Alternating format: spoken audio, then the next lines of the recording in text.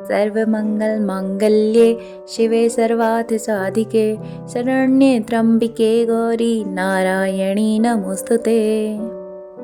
तो देखिए, हम चाहे भगवान को माने या ना माने, लेकिन आप एक बात तो ज़रूर मानते हैं कि कोई तो सुपर नेचुरल पावर है जो पूरे इस यूनिवर्स को कंट्रोल कर रही है, पूरे ब्रह्मांड को चलाती है ना।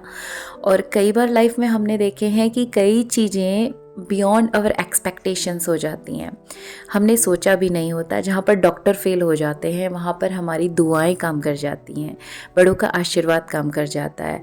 मिरेकल्स हमारी लाइफ में कई बार होते हैं, आपकी शायद ना हुए हों बट आपने सुना होगा। और मेरा पर्सनल एक्सपीरियंस इन चीज़ों के साथ जुड़ा हुआ है। So hello hi everyone, welcome again in today's Navratri special vlog. तो सबसे पहले आप सभी को नवरात्रि की ढेरों शुभकामनाएं। हैप्पी नवरात्रि। माँ जगदम्बा, माँ शक्ति आप सबके सारे कष्टों को दूर करे। तो था संडे का दिन, थोड़ा सा रिलैक्स वाला दिन होता है हम सब के लिए, और नवरात्रि का पहला दिन। तो सुबह सुबह उठते ही मेरा पहले हो गया था सफाई अभियान चालू। एक्चुअली सैटरडे नाइट पे ही मैंने सोचा था कि शाम में मैं सारी सफाई कर लूँगी, लेकिन कोल्ड फीवर की वजह से फिर हिम्मत नहीं बनी, तो दवा लिया। उसके बाद रेस्ट के बाद अर्ली मॉर्निंग उसी दिन संडे जल्दी उठी, 4 बजे उठ करके फटाफट से पहले क्लीनिंग किया। तो मंदिर का ये झाड़ू मैं अलग से रखती हूँ, इससे ऊपर दीवारों पे जाले वाले लग जाते हैं, तो टाइम टू टाइम क्लीन करते रहते हैं हम लोग। तो ये सब कुछ रखा था अलग और सारी सफाई करी। और साथ में ही ना ये उठ के आ गया था, 15 मिनट में ही मेरे पीछे से उठ के ये आ गया। तो सबसे पहले मैं इसको वापस जाके सुला के आई। तो छोटे बच्चों के साथ ना काम वैसे भी बहुत इजी टास्क नहीं होता है। उसके बाद मंदिर की सारी सफाई और सारी सजावट के बाद मैं नहा धो के रेडी होके यहाँ पर आ गई थी। और उसके बाद रेडी आना इन द सेंस कि मैं माँ की पूजा के साथ में सिंदूर, चूड़ी, साड़ी, इन चीज़ों के साथ ही पूजा करना मेरा मन इसी में मानता है। बाकी तो मर्ज़ी होती है, आप जैसा भी करना चाहें। तो माँ भगवती को हमने स्नान कराया गंगा जल से। तो जो मंदिर में मूर्तियाँ रहती हैं वो अचल रूप से प्रतिष्ठित की जाती हैं, लेकिन घर की मूर्तियाँ चल रूप से प्रतिष्ठान होती हैं, क्योंकि उनको हम सफाई के लिए बार बार हिलाते हैं, नहलाते हैं। तो इसी तरह से माँ की मूर्ति हमने प्रतिष्ठित करवाई है, पूजा और नवदुर्गा पाठ में करवाती हूँ। तो अभी माँ के स्नान के बाद उनकी साफ़ सफाई, माँ का टावल अलग है, छोटा सा हैंकी टावल माँ के लिए। और उसके बाद हम कर लेंगे यहाँ पर माँ का वस्त्र, नए वस्त्र। हर नवरात्रि हम सभी बदलते हैं। तो वस्त्र के बाद माँ के श्रृंगार वगैरह करके जो भी चीज़ें मैं लाई हुई थी, यानी हम सभी माता के लिए लेकर के आते हैं कि सिंदूर है, चूड़ियाँ हैं माँ की, और आलता माँ को लगाना। तो ये सारी चीज़ें माँ के श्रृंगार की मैंने पूरी करी। और उसके बाद माता को चूड़ी, बिंदी, पायल, इन सारी चीज़ों से सुंदर सी अपनी माँ को सजा के सुंदर सी उड़ा दी थी चुनरी। और ये मेरी माता रानी हो गई तैयार। तो आप भी एक बार जोर से बोल दीजिए, जय माता रानी, जय अम्बे, जय दुर्गे, जय भवानी। तो ये है मेरी माता रानी। तो अभी हमारे मंदिर का काम हो गया पूरा, उसके बाद कलश स्थापना कर लेंगे। तो कलश स्थापना का लगन 6:30 बजे से ही बताया था, तो मैं भी रिलैक्स थी कि इट्स ओके। तो अकॉर्डिंगली मेरा काम चल रहा था। तो 6:30 तक मैं भी ये सारी चीज़ें करके निपट चुकी थी, सफाई का काम, माता का स्नान तैयार, सुंदर सजाना, सब कुछ। और अकॉर्डिंगली फिर कलश स्थापना कर ली। तो कलश के नीचे भी कुमकुम और रोली मिला करके स्वास्तिक, हल्दी और रोली मिला करके स्वास्तिक बनाया जाता है। उसके बाद चावल का आसन हम उसको देते हैं, अक्षत का। उसके ऊपर फिर हम तांबे पे, तांबे का नहीं है तो मिट्टी का रख लीजिए, लेकिन स्टील के बर्तन का कलश कभी मत बनाइए। उसके बाद ये हमने इसमें कलश स्थापना कर ली आम के पत्तों के साथ।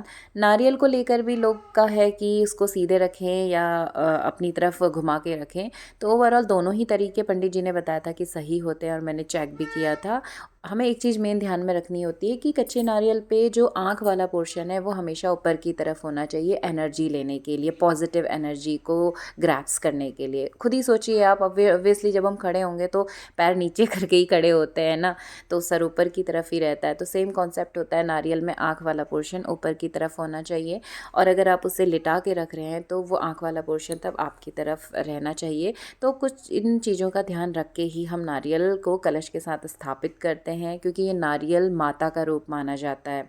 तो कलश स्थापना बहुत शुभ होती है और नवरात्रि में ज़रूरी है, या आप कह सकते हैं नवरात्रि पूजन बिना कलश के तो जैसे पूरा ही नहीं माना जाएगा। तो बहुत घट स्थापना और अखंड ज्योति हमारे लिए पॉसिबल नहीं होता। अगर आप वर्किंग हैं तो दिन में आपके पीछे दिए को कौन देखेगा। हालांकि मेरे इन लॉज हैं बट वो बेचारे भी इतने बूढ़े हैं, 80 साल में हैं, तो मैं उनसे एक्सपेक्ट नहीं कर सकती ना, मुझे खुद करना होता है। तो मैं घी की जोत जला देती हूँ माँ की सुबह शाम, बाकी जितनी मेरी श्रद्धा होती है वो मैं कर लेती हूँ।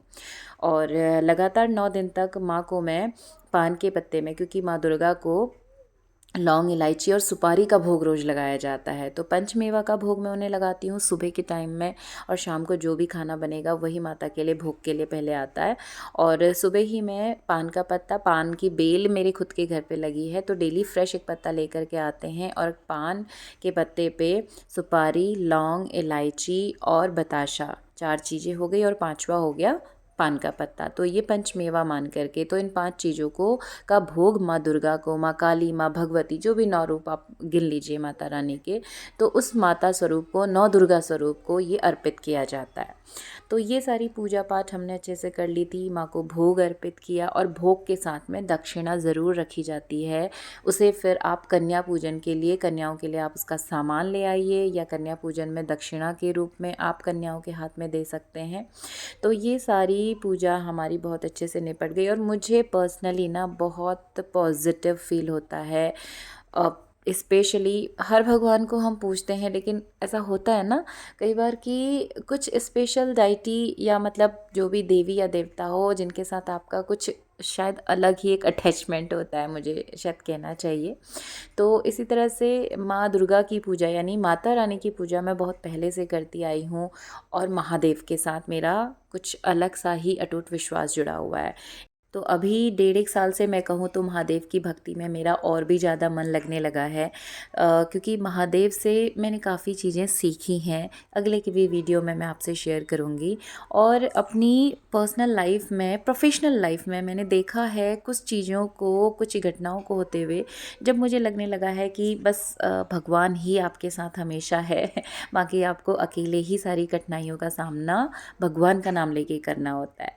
तो अभी हमने पूजा पाठ कर ली, आरती कर ली, और इसके बाद 9 बज चुका था फाइनली, सब कुछ करते हुए, निपटाते हुए काम अपने।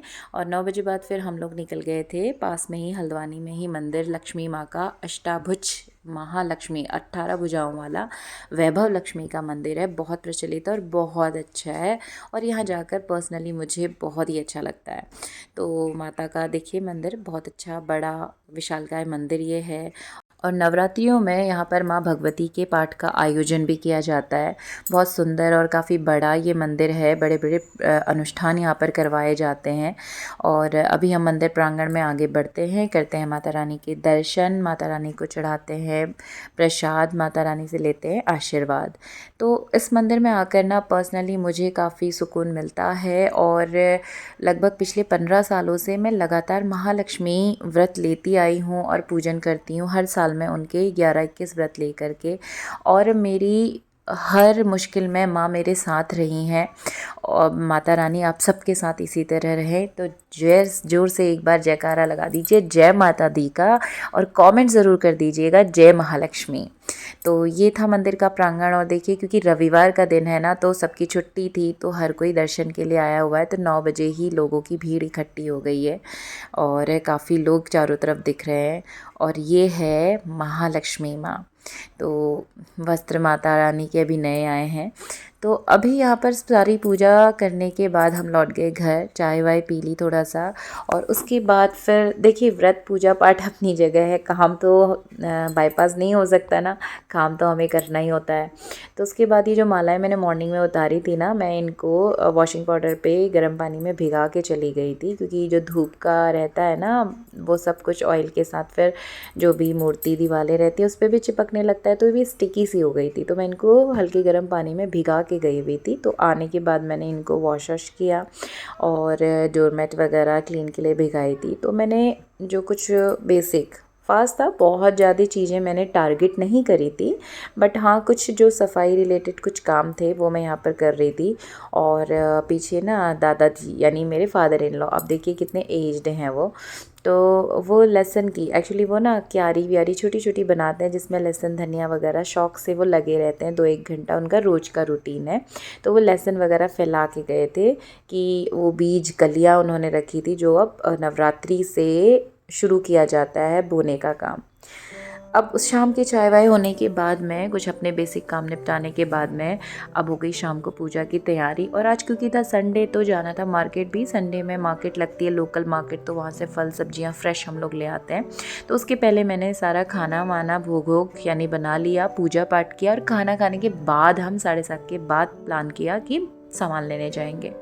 तो ये बन रही थी सिंपल आलू टमाटर की सब्जी, क्योंकि प्याज तो डालना नहीं होता व्रत में, प्याज लहसुन सब कुछ अवॉइड ही रहता है। तो इधर बना था माँ के भोग के लिए सूजी का हलवा और हरे पत्ते सरसों के ताज़े ताज़े हमें क्यारी में पड़ोस से मिल गए थे, तो मैंने यही बना दिया। तो सिंपल खाना रखा हुआ था, रायता सब्जी और माँ के भोग के लिए सिंपल हलवा, और उसके बाद हरी सब्जी थोड़े से सरसों के पत्तों की, और साथ में हम बना लेंगे पूड़ी। तो माँ का भोग भी तैयार करके रख लिया और उसके बाद हम बैठे पूजा के लिए।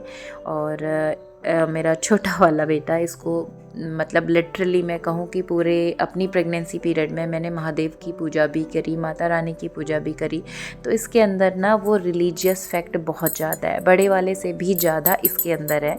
तो ये हमेशा हमारे इससे पहले शामिल रहता है और काफ़ी मंत्र इसने अपनी इस 2 साल की उम्र में ही, यानी 3रा साल इसको लग चुका है, काफ़ी चीज़ें ये बोलता है, वर्ड्स क्लियर नहीं होते हैं। तो साथ ही हम छोटी सी ये धूपियानी, वैसे तो मॉर्निंग में किया जाए तो अच्छा है, लेकिन हम लोग ऑफिस भागते हैं सवेरे, मॉर्निंग मुझे स्कूल निकलना है, तो उस दौड़ा भागी में सुबह बहुत कुछ नहीं हो सकता है, तो हमारा नियम है हम शाम को करते हैं आराम से। तो ये सारा भोग पूजा पाठ वगैरह कर ली और बहुत अच्छे से पहली नवरात्रि हो गई। ये थी एक छोटी सी शेयरिंग आप सबके साथ में, जिससे मैं आपको नवरात्रि की शुभकामनाएं दे सकूं। और ये नवरात्रि 9 दिनों तक क्यों मनाया जाता है ये आपसे मैं अगले वीडियो में शेयर करती हूँ। तो चैनल को जल्दी से लाइक और सब्सक्राइब ज़रूर कर लीजिएगा। So stay tune, be with Binu, और मिलते हैं दोबारा आपसे, तब तक के लिए bye bye and thanks for watching.